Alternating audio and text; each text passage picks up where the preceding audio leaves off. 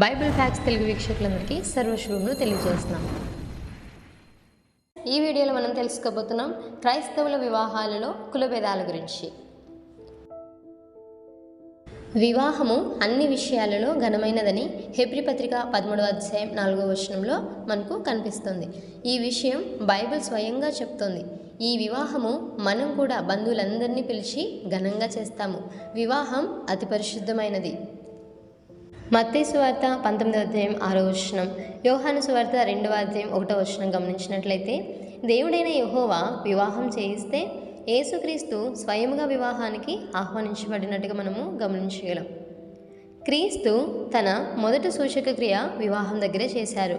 ఏక శరీరులుగా చేసినట్టుగా ఆదికాండం 2వ అధ్యాయం 24వ వచనంలో మనము గమనించవచ్చు. యేసు ఈ లోకమునకు వచ్చే సమయానికి లోకంలో కులభేదాలు తీవ్ర స్థాయిలో ఉన్నాయి. జాతి వైషమ్యాలు కూడా ఉన్నాయి. రోమియులే ప్రథమ పౌరులుగా ఉండేవారు. తరువాత యూదులు, ఆ తరువాత అన్యులు, తరువాత సమరయులు, సుంకరులు, పాపులు ఉండేవారు. అపోస్తుల కార్యం 6వ అధ్యాయం 1వ వచనం గమనించినట్లయితే భాషా భేదములు కూడా ఉన్నాయి. దేశ విభేదాలు ఉన్నాయి. రోమపత్రిక 10వ అధ్యాయం 12వ వచనం, అలాగే కొలస్సీ 3వ అధ్యాయం 11వ వచనంలో సున్నతి గలవారమని సున్నతి లేని వారనే విభేదాలు కూడా ఉన్నాయి. కొలస్సీ పత్రిక 3వ అధ్యాయం 11వ వచనంలో, అపోస్తుల కార్యం 11వ అధ్యాయం 1 నుంచి 3 వచనాల్లో. మరి దాసుడని స్వతంత్రుడనే భేదాభిప్రాయాలు కూడా ఉన్నాయి. 1 కొరింథీ 12వ అధ్యాయం 13వ వచనంలో. మరి పురుషుడని స్త్రీ అనే భేదాలు ఉన్నాయి. గలతీ పత్రిక 3వ అధ్యాయం 28వ వచనంలో. యూదులు అన్యులతో సాంగత్యం చేయరు, వారిని ముట్టుకోరు. ఇది అపోస్తుల కార్యం 10వ అధ్యాయం 28వ వచనంలో మనము చూడవచ్చు. యూదులు సమరయులతో సహవాసం చేయరు, వారి చేతి నీళ్లు త్రాగరు. యోహాను సువార్త 4వ అధ్యాయం 9వ వచనం ప్రకారం. యూదులు సుంకరులతో పాపులతో స్నేహం చేయరు, వారితో కలిసి భోజనం చేయరు. మత్తయి సువార్త 9వ అధ్యాయం 9 నుంచి 11 వచనాల్లో మనం గమనించగలం. బయట నుండి వచ్చినప్పుడు నీళ్లు చల్లుకొనుట, స్నానం చేస్తేనే భోజనం.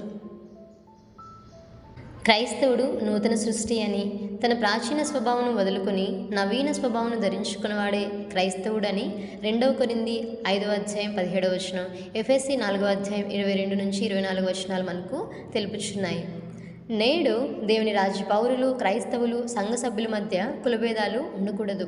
వారంతా ఒకచోట కలిసి నివసించడానికి, ఒకే చోట కలిసి పడుకోవడానికి, ఒకే ప్రదేశంలో కలిసి కూడుకోవడానికి, ఒకే చోట కలిసి భోజనం చేయటానికి, వారి పిల్లలకు కులాలకు అతీతంగా వివాహాలు జరిగి వారు కలిసి పడుకోవడానికి, మరి సింహం లాంటి వ్యక్తి గడ్డి మేయడానికి, కొదమ సింహం లాంటి వ్యక్తి సాధువుగా మారడానికి, నాగుపాము లాంటి వ్యక్తి హాని చేయకుండా కలిసి ఆడుకోవడానికి, మృగం లాంటి వ్యక్తి మంచిగా జీవించడానికి దేవుని రాజ్య పౌరులు ఇష్టపడాలి. అందుకు సిద్ధపడి ఉండాలని యెషయా 11వ అధ్యాయం 6 నుంచి 9 వచనాలు మనము చూడగలం.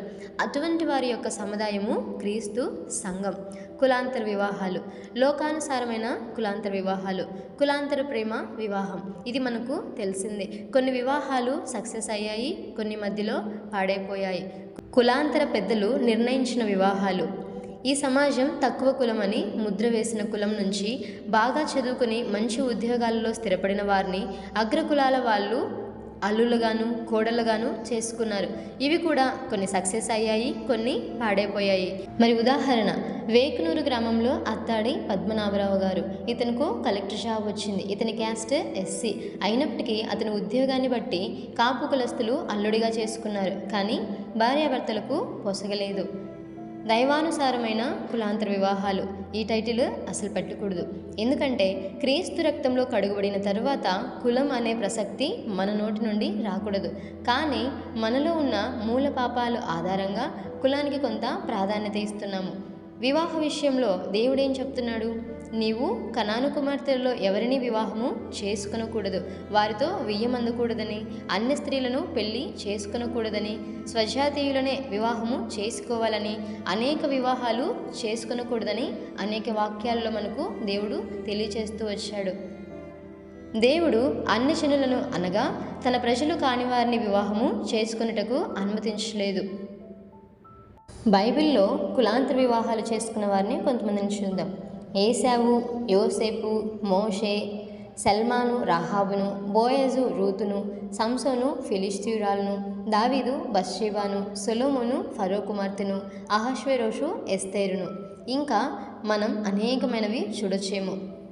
క్రొత్త నిబంధనలో క్రీస్తు రక్తము చేత కడుగుబడిన వారే దేవుని ప్రజలు అని పిలువబడ్డారు. వీరే క్రైస్తవులు.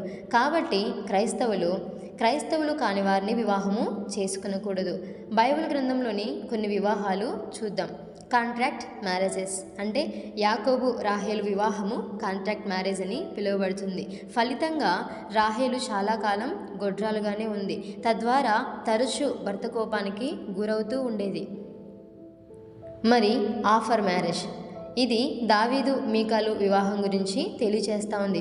ఫలితంగా మీకాలకు సంతానం కలగలేదు. ఇది 1 సమూయేలు 17వ అధ్యాయం 9-25 వచనాలు, 18వ అధ్యాయం 17వ వచనం 18వ వచనంలో మనము గమనించగలం. మరి అట్రాక్షన్ మ్యారేజ్, న్యాయాధిపతులు 14వ అధ్యాయం 1వ వచనం గమనిస్తే సంసోను ఫిలిష్తీయ కుమార్తె వివాహం గురించి మనము గమనించవచ్చు. ఫలితంగా సంసోను పతనమైపోయాడు. పొజిషనల్ మ్యారేజ్ అంటే ఆహాబు యెజబెలు వివాహం. ఫలితంగా ఆహాబు భ్రష్టుడై మరణించాడు. మరి బ్లెస్డ్ మ్యారేజ్ అంటే ఆదికాండం 24వ అధ్యాయంలో మొట్టమొదటి వివాహం ఆదాము హవ్వలది. వివాహం అనగా ఏమి? విడివిడిగా ఉన్న వారిద్దరూ ఏకమగుట. కాబట్టి పురుషుడు తన తండ్రిని తన తల్లిని విడిచి తన భార్యను హత్తుకొనును, వారు ఏక శరీరమై ఉందురని ఆదికాండం 2:24 వచనంలో దేవుడు సెలవిస్తా ఉన్నాడు. విశ్వాసంలో ఏకత్వం గల క్రైస్తవ స్త్రీ పురుషుల వివాహం బహుసుందరమైనది. వారిద్దరూ ఒక్క యజమానునే సేవకులే. శారీరకంగా కానీ ఆత్మీయంగా కానీ ఏది వారిని విడదీయలేదు. వారిద్దరూ ఏక శరీరులు. ఒకే శరీరంగా ఉన్న చోట ఒకే ఆత్మ ఉంటుంది. వారు కలిసి ప్రార్థిస్తారు, కలిసి ఆరాధిస్తారు, ఒకరికొకరు ఉపదేశించుకుంటూ ఒకరికొకరు బలపరుచుకుంటూ ఉంటారు. ఇద్దరూ కలిసి సంఘ ఆరాధనలకు వెళ్తారు, కలిసి కష్టాలను ఎదుర్కొంటారు, శ్రమలను తట్టుకుంటారు, ఒకరినొకరు ఓదార్చుకుంటారు. వారిలో వారికి దాచుకోవాల్సిన రహస్యాలు ఉండవు. ఒకరి హృదయాన్ని ఒకరు విషాదభరితంగా చేసుకోరు. ఇవన్నీ చూడటం వినడం ద్వారా క్రీస్తు ఆనందభరితుడవుతాడు. ఇలాంటి వారికి ఆయన తన యొక్క శాంతిని సమాధానాన్ని ఇస్తాడు. ఎక్కడ ఇద్దరు కలిసి ఉంటారో అక్కడ ఆయన ప్రత్యక్షమవుతాడు. ఆయన ఉన్న చోట అపవాదికి తావులేదు గనుక ఆయన ఉన్న ఇల్లు పరలోకమే. కుటుంబం దేవుడు ఏర్పాటు చేసినది.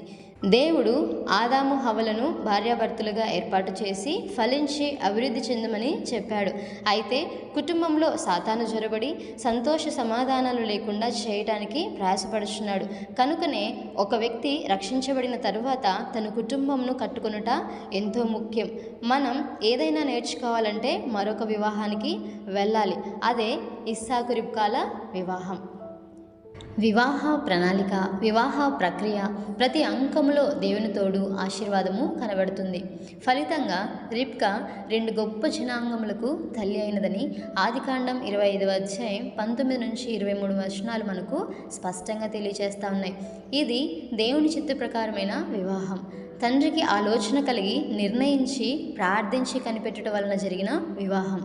వివాహానికి ముందు ప్రార్థన, వివాహ నిశ్చయానికి ప్రార్థన. ఇంగ్లీష్లో చెప్పాలంటే అంతా సిస్టమేటిక్గా ఒక పద్ధతిలో జరగడం చూస్తాం.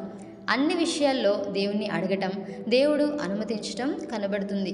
ఇంత ఘనమైన వివాహము బైబిల్లో ఎక్కడా కనబడదు. ఎందుకంటే ఇది దేవుడే జరిగించిన వివాహం, ఆశీర్వదించబడిన వివాహం. మన మధ్యలో జీవించిన పరిశుద్ధులైన కొంతమంది భక్తులను గురించి తెలుసుకుందాం.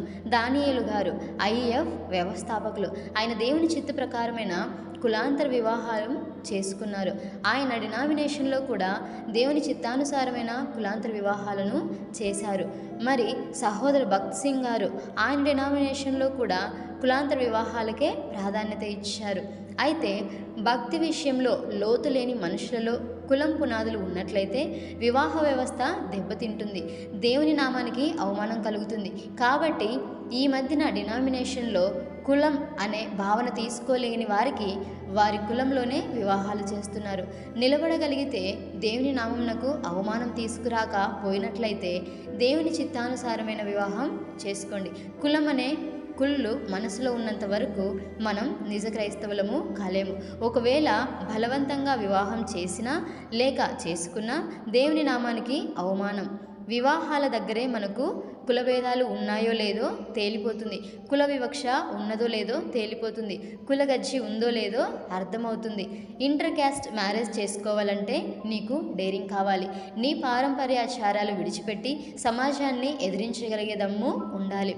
బంధువులు మిత్రులు ఏమనుకుంటారో అనుకుంటే నీవు క్రైస్తవుడవు కాలేవు. క్రైస్తవుల జీవనశైలి వల్ల కుల వివక్ష లేని సమాజం తయారు కావాలి. క్రైస్తవుల వల్ల కులరహిత సమాజం నిర్మించబడాలి.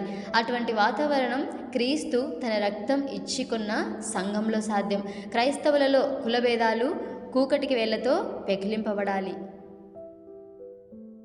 ఈ వీడియో ద్వారా మీరు తెలుసుకున్నటువంటి సమాచారాన్ని ఇతరులకు తెలియచేయాలని ఆశిస్తూ మరి ఈ వీడియోపై మీకున్నటువంటి అభిప్రాయాన్ని మాకు కామెంట్ రూపంలో తెలియచేయగలరు.